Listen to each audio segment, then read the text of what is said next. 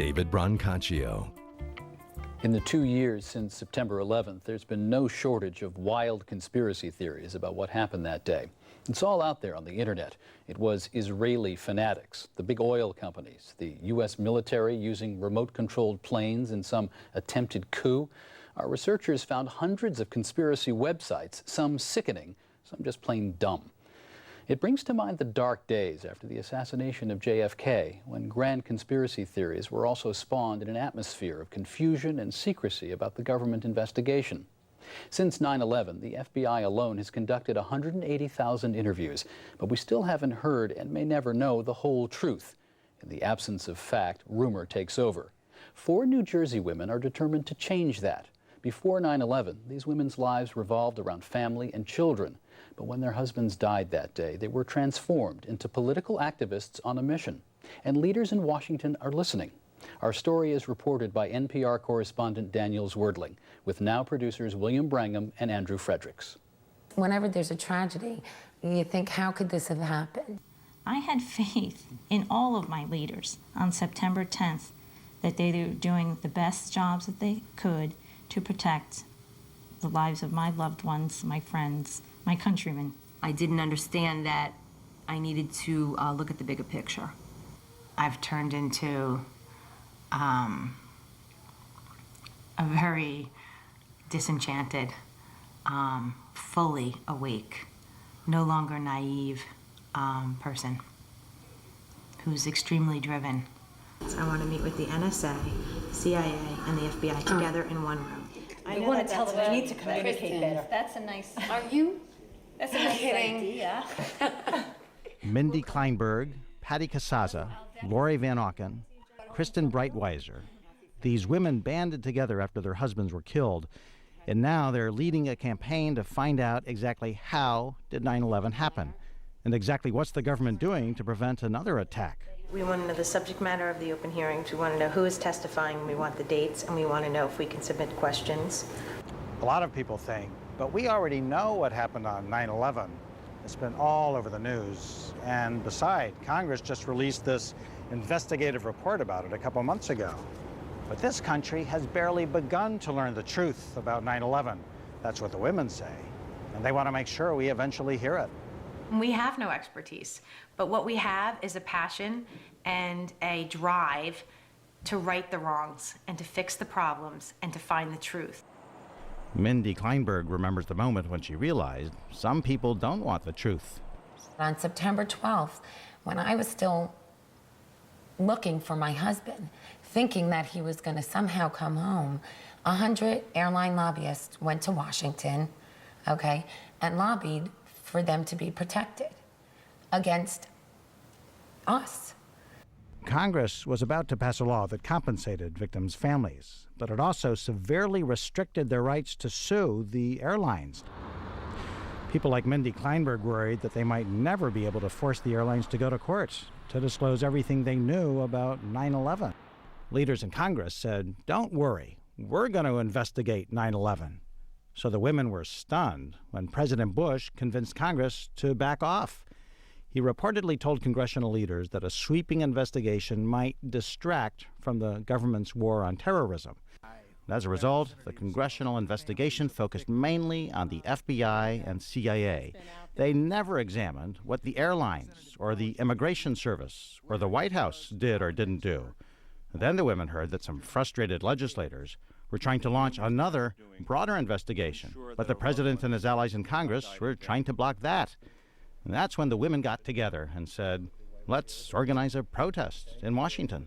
We went to Home Depot because we knew we needed signs, and we are in the line, the aisle of Home Depot, hand sawing slat, of wood, which was very comical because we had all the people in Home Depot looking at us like we were maniacs because we were slicing up, 50 slats of wood and really didn't know how to do it, and no one was helping us. Eventually, they figured it out, and they held their rally in Washington. Hundreds of people showed up, including some U.S. senators. Kristen Breitweiser asked the whole country for support. We need a full independent investigation. We must ask the tough questions and seek out the difficult answers. We must, as a country, grow and be made stronger and safer by the bitter lessons learned on September 11th. no stone Mindy remain Kleinberg took to the unturned. podium too. We are asking you, America, to stand behind us. Please, pick up the phone, call your senators, call your congressmen, tell them that you want to be safe. Tell them that you want an independent investigation. Not long after that, the White House called, and the president's aides said they wanted to talk. In fact, the New Jersey women and a handful of other survivors had a series of meetings at the White House. Some were reportedly rather heated, but in the end, President Bush changed his position, and Congress agreed to launch a new independent commission to investigate 9/11. The commission is supposed to probe every corner of government and then recommend how it needs to change. And I am honored to be here with the families. Tim Romer is a member of this commission. He's a former Democratic congressman. Romer says the commission wouldn't exist if it weren't for the 4 New Jersey widows. One of the most influential things that they did for me was not only dig into facts and give me knowledge, but really inspire me, both with their effort to move forward and say, we're not giving up. We will never give up. We are going to make government be accountable, and we are going to get answers. Romer was also part of the earlier congressional investigation. One of the women, Kristen Breitweiser, was in my office, and she said to me, Tim, we need you to be our prosecutor. We need you to not just ask the tough questions, but to knock down the doors. And she said, I have a wedding ring. And she took it off her finger, and she handed it to me. She said, you hold this. Where do you think I got this? And I said, maybe Ron gave that to you. I fumbled, I didn't know. And she said, a couple months after 9/11, they found that ring that's in your hand. That's all I have left of my husband. And they found that ring on a finger. And I have a 3-year-old. And I want to be able to tell her someday what happened to her father and what happened to the country. That's what we're trying to do on this 9/11 commission. But the New Jersey women figured they couldn't just trust that the commission would dig up the truth, so they started digging on their own. This was the beginning of our research. We printed articles, copied them. They gathered mountains of information from the internet and old newspapers. They took their binders to Washington. They met with members of Congress and spent days in hearings. They compared what different officials said and began to find discrepancies and contradictions. For instance, government officials say they can't establish an exact timeline for the events on 9/11. They can't even confirm exactly what time each plane was hijacked or exactly what time they learned that the planes were hijacked. I sat in that hearing, and a lieutenant colonel at NORAD is saying that, you know, the times in the logbook that we have written down might not be the exact time that the event happened. It could have just been when the person went and logged it in. And I'm thinking, this is the military. Aren't these the guys that say 0800 and, you know, have everything to the second? And, you know, is that not what we know about them? And now you have this catastrophic event, and you got to call in about a hijacking, and it didn't get logged at the exact time. I mean, it doesn't make common sense. The women found government documents that spell out exactly what officials are supposed to do the moment that a plane goes off course or cuts off its signals to ground control or does anything unexpected. And they read that NORAD sent up fighter jets dozens of times in the year before the attack to check out erratic aircraft. So the women wonder, what happened on 9/11? On the morning of September 11th, we had 4 planes drastically off their flight paths, transponders disconnected, and the FAA procedure and protocol to notify NORAD and for NORAD to scramble fighter jets were not followed. And it wasn't like they all happened in the course of an hour. What I think is very frustrating is looking back when I speak to people, they say, well, it happened in such a short span of time. It did not happen. It happened over the course of 2 hours. You're telling me over the course of 2 hours, Andrews Air Force Base in the Washington, D.C. area, which houses F-16s, which fly cover for Air Force One, could not get a plane up in the air to cover the Pentagon? The more the women searched for answers, the more they learned how the system works. For instance, the more you appear in the media, the more the world comes to you. Because of our work being reported in the papers, we had people reaching out to us. We met with an air traffic controller from Newark who flat out said to us, look, I don't know what happened. All he could tell us was that the FBI showed up, took all of their files, all of their recordings, and walked out. So the women decided to go to the top. They and other survivors met with the head of the FBI, Robert Mueller. The way Breitweiser tells the story, Mueller started showing them a PowerPoint presentation. She cut to the chase. And we said, Director Mueller, you are our chief investigator. We have information that you have come in and taken these files, taken these recordings. We'd like to know what you learned from them. We'd like to know where you are in your investigation. So you, all four of you and other family members, are meeting with the director of the FBI? Right. And were you, you're sounding very tough and forceful right now, were you really talking to the FBI director like this? Yes. Of course, the whole country's learned since 9/11 about those FBI agents in Phoenix and Minneapolis. They warned months before 9/11 that suspicious Middle Eastern men were taking flight training, including Zacarias Moussaoui. And the agents warned that maybe they were terrorists planning an attack.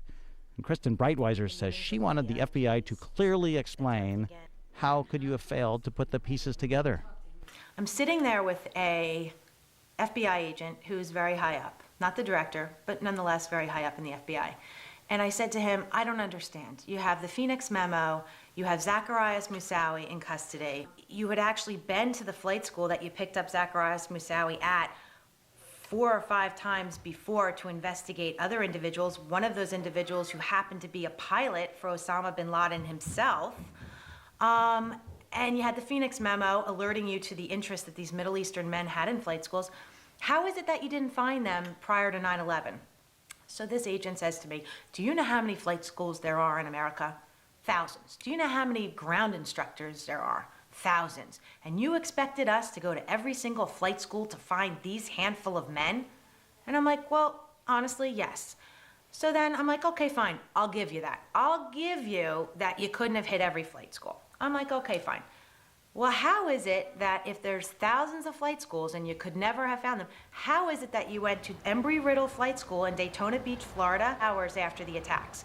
If there's thousands of flight schools, how did you just happen to go to that one exact perfect school that some of the hijackers went to? How'd you know to go to that school? And he just looked at me and goes, we got lucky. Breitweiser suspects that the FBI was actually following the terrorists before 9/11. FBI officials deny that. But the congressional investigation discovered that some U.S. intelligence officials did have crucial information about al-Qaeda and its plots years before 9/11. They even knew that terrorists might be plotting to use airplanes as weapons.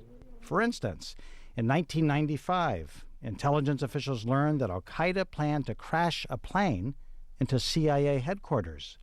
In 1998, they got warnings that terrorists planned to crash a plane into the World Trade Center. In the spring of 2000, the CIA knew that an al-Qaeda operative had moved from Malaysia to California and that another had a visa to come to the United States. Those two would later hijack the plane that crashed into the Pentagon. And just a month before the 9/11 attacks, President Bush himself learned at a briefing that al-Qaeda might have plans to hijack commercial airliners. If you watch the televised press reports, and this is something that also angered us early on, is you have Condoleezza Rice saying we could never have anticipated planes being used as bombs. I don't think anybody could have predicted that these people would take an airplane and slam it into the World Trade Center, take another one and slam it into the Pentagon. If you reach a certain level in the government or in private industry or anywhere, incompetence should not fly. If you are incompetent in any facet of your job, you should no longer be there. And I don't understand why that feeling is not passed on in Washington. I don't understand how George Tenet could still have his job. I don't understand how Robert Mueller could still have his job. I don't understand how Condoleezza Rice could still have her job. Why? Why? Because they completely and utterly failed. The New Jersey women say they're getting skeptical that the 9/11 Commission can do its job. The commission is supposed to dig up all the facts, but the commission's chairman has complained publicly that Bush administration officials aren't cooperating. They're not turning over key documents. The White House won't let the commission interview government employees unless there's a minder in the room. Meanwhile, the women keep asking more questions that they want the commission to resolve. Can you think of any moments when the women said to you, we've just researched something and look at this, Congressman Romer, and you said to yourself, wow, I didn't know that? That happens on pretty much a weekly basis. They are always telling me, we need you to kick down the doors, to be responsible, to be our prosecutor, and get at the facts. These women are a little bit direct. They are aggressive, they are knowledgeable, they are well-informed, and you need to be to get the kind of answers that we must have to make this country a safer place. The women's crusade began in the aisles of Home Depot. Then it moved to the White House. They began by examining the past, but now they're also looking to the future. When will the Bush administration give ports the money they need for inspections? When will the White House and Congress reorganize the intelligence agencies? And what about America's relationships with the rest of the world? Before 9/11, you know, my husband and I had the Wall Street Journal, Barron's, and the New York Times delivered to the house. And I would open the New York Times and I would skip I'd read the front page and I'd skip the next 3 pages. And those 3 pages were about the Middle East and, or, you know, the Soviet bloc, or, you know, I never read them. And I never read them because I never thought it mattered. And ironically enough, my husband was killed by Middle Eastern terrorists. And I think to myself, my God, I should have read those stupid pages. I should have known who Osama bin Laden was. I should have known the name Al-Qaeda. And I think that really, for me, that's a wake-up call. I thought democracy just worked. And I learned that it doesn't go like that. That if you want to live in this great country of ours with our fabulous democracy and our Constitution and, you know, our different rights, freedom of speech and all the things that we take for granted, you have to fight for those things. Next week on